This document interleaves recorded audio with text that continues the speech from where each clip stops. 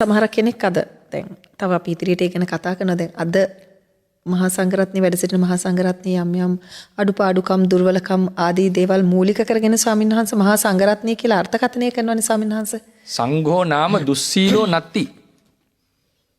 භික්ෂුවක් දුස්සීල වෙන්න පුළුවන් සංඝයා දුස්සීල වෙන්නේ. සංඝයා යනු නිර්වචනයෙන්ම වෙන්නේ නැහැ ඒක. ඒ කියන්නේ අපි කියනවා ඒකට කියනවා ලොජික් කියලා. ලොජික් එක ගත්තොත් ත්‍රිකෝණාකාර වෘත්තයක් ගැන හිතන්න පුළුවන්. බෑ. ඒක logically impossible අපි කියන්නේ. metaphysically නෙවෙයි logically impossible. logically impossible නම් metaphysically impossible. ඒ කියන්නේ ඒක පවතින්න බෑ. ඒක ඒ නිර්වචනයෙන් මේක වැරදි. හරිනේ? එහෙමයි. ඒ වගේ සංඝ යනු බුදුරජාණන් වහන්සේගේ ධර්මය අනුගමනය කරලා කෙලෙස් නසපු නැත්නම් දුක අහවර කරපු පිරිස ආර්යෝ. සෝවාන් සකදාගාමි අනාගාමි අරහතන් වහන්සේලා. පර්යායෙන් තමයි පෘථග්ජන සීලවන්ත භික්ෂුව ඇතුළත් කරන්නේ. එහෙමයි. නිෂ්පර්යායෙන් ආර්යෝ. උපසම්පදාවට ප්‍රත්‍යචාරයෝ තේරවාදී හැටියට. රතන සූත්‍රයේ ක්‍රමයට හැටියට සියලු ආර්යෝ. ගිහි පැවිදි ભેදයකින් තොරව දිවියොත් ඇතුළත්.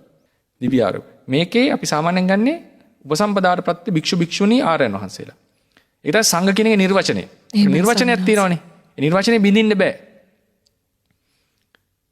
ඒකී භාවයට පත්වෙච්ච පිරිසක් මේ කට්ටිය. සමූහයක්. මොකක්ද ඒකී භාවය? සමදිට්ඨි සමසීල.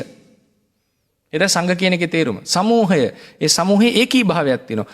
පිට දේශාන්තරවල රටේ කොයි තැනක හිටියත්, ඇමරිකාවේ හිටියත්, එංගලන්තේ හිටියත්, ලංකාවේ හිටියත් අපි හැමෝටම එකම සීලයක් තියෙනවා. අපි හැමෝටම එකම දෘෂ්ටියක් තියෙනවා. ඒ නිසා අපි එක සමූහයක්. ඒිනුත් ආර්ය භාවයට පත්වෙච්ච අය නියම සංඝ වෙන්නේ.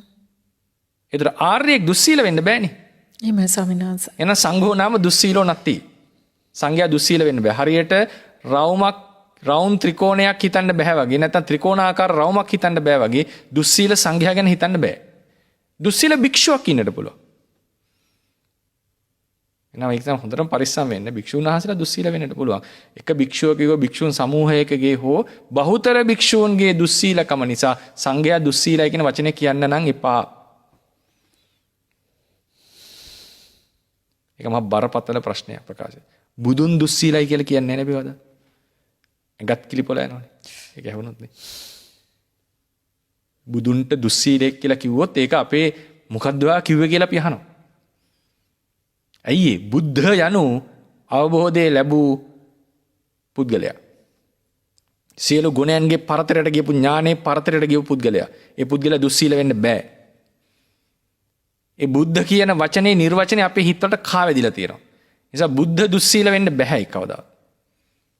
සංඝ කියන නිර්වචනයත් ඔබේ හිතට කාවැදිලා තියෙනවා නම් දුස්සීල සංඝයා කියන කොට ඇඟ කිලිපොළ යන්නට.